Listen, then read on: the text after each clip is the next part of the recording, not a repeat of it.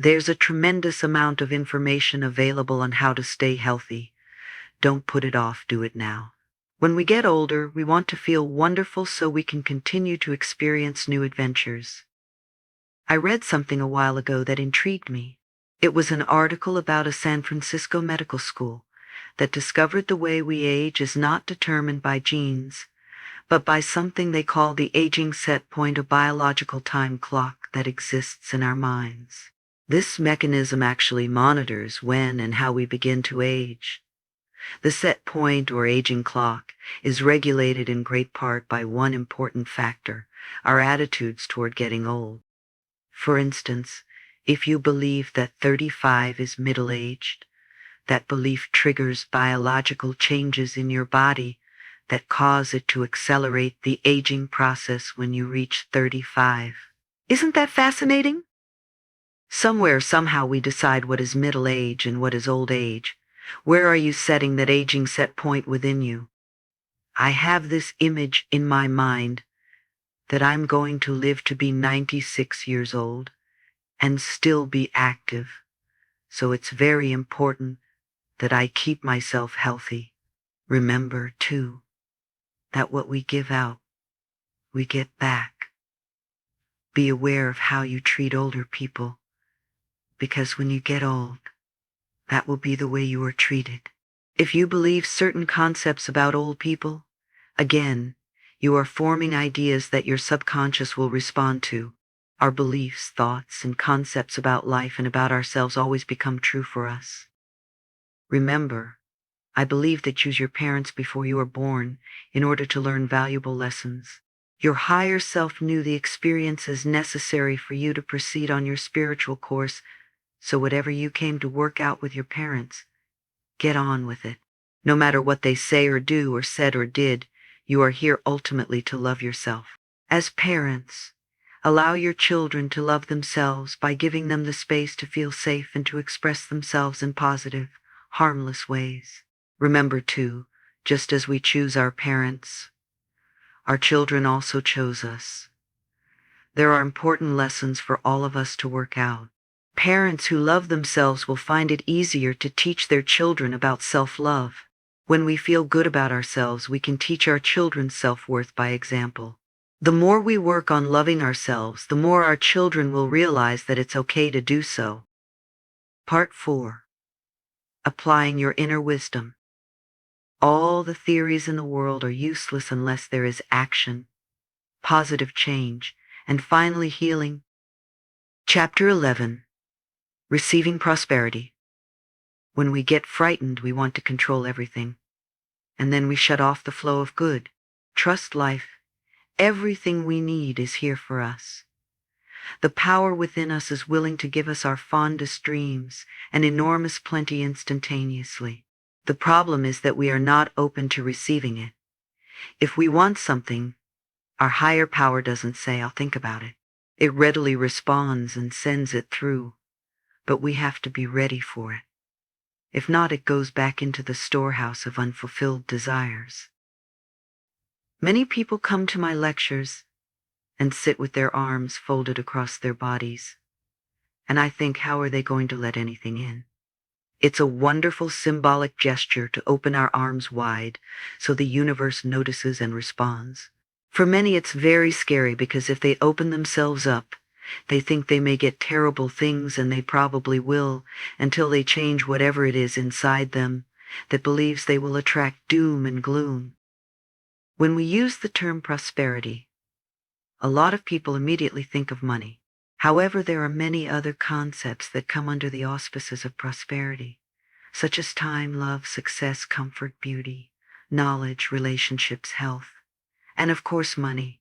If you always feel rushed, because there isn't enough time to do everything you want, then you have a lack of time. You are poor in time. If you feel that success is beyond your reach, then you are not going to get it. If you feel life is burdensome and strenuous, then you will always feel uncomfortable. If you think you don't know very much and are too dumb to figure things out, you will never feel connected to the wisdom of the universe. If you feel a lack of love and have poor relationships, then it will be difficult for you to attract love into your life. What about beauty? There is beauty all around us. Do you experience the beauty that is abundant on the planet, or do you see everything as ugly, wasteful, and dirty? How is your health? Are you sick all the time? Do you catch colds easily? Do you get many aches and pains? And then, of course, there is money. Many of you tell me there is never enough money in your lives. What do you let yourself have? Or perhaps you feel you are on a fixed income. Who fixed it? None of the above has anything to do with receiving.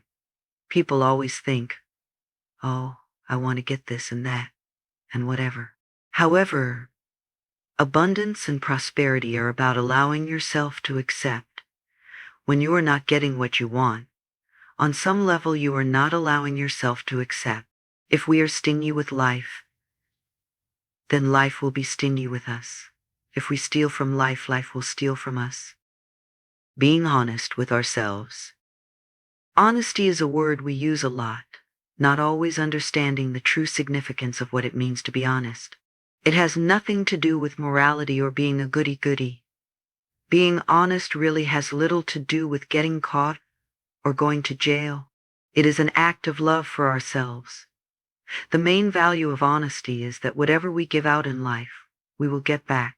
The law of cause and effect is always operating on all levels. If we belittle or judge others, then we too are judged. If we are always angry, then we encounter anger wherever we go. The love we have for ourselves keeps us in tune with the love life has for us. For instance, imagine that your apartment has just been burglarized. Do you immediately think that you're a victim? My apartment was just ripped off. Who did this to me? It is a devastating feeling when something like that happens. However, do you stop to think of how and why you attracted the experience? Again, taking responsibility for creating our own experiences is not an idea that many of us want to accept all the time, perhaps just some of the time. It is so much easier to blame something outside of ourselves. Yet our spiritual growth cannot occur until we recognize that there is little of value outside of us. Everything comes from within. When I hear that someone has just been robbed or experienced some kind of loss, the first question I ask is, whom did you steal from lately? If a curious look comes over their face, I know I have touched a tender spot. If we think back to a time when we took something, and then think of what we lost shortly thereafter, the connection between the two experiences can be an eye-opener. When we take something that isn't ours, we almost always lose something of greater value. We might take money or some object, and then we might lose a relationship. If we steal a relationship, we might lose a job. If we lift stamps and pens from the office, we might miss a train or a dinner date. The losses almost always hurt us in some important area of our lives.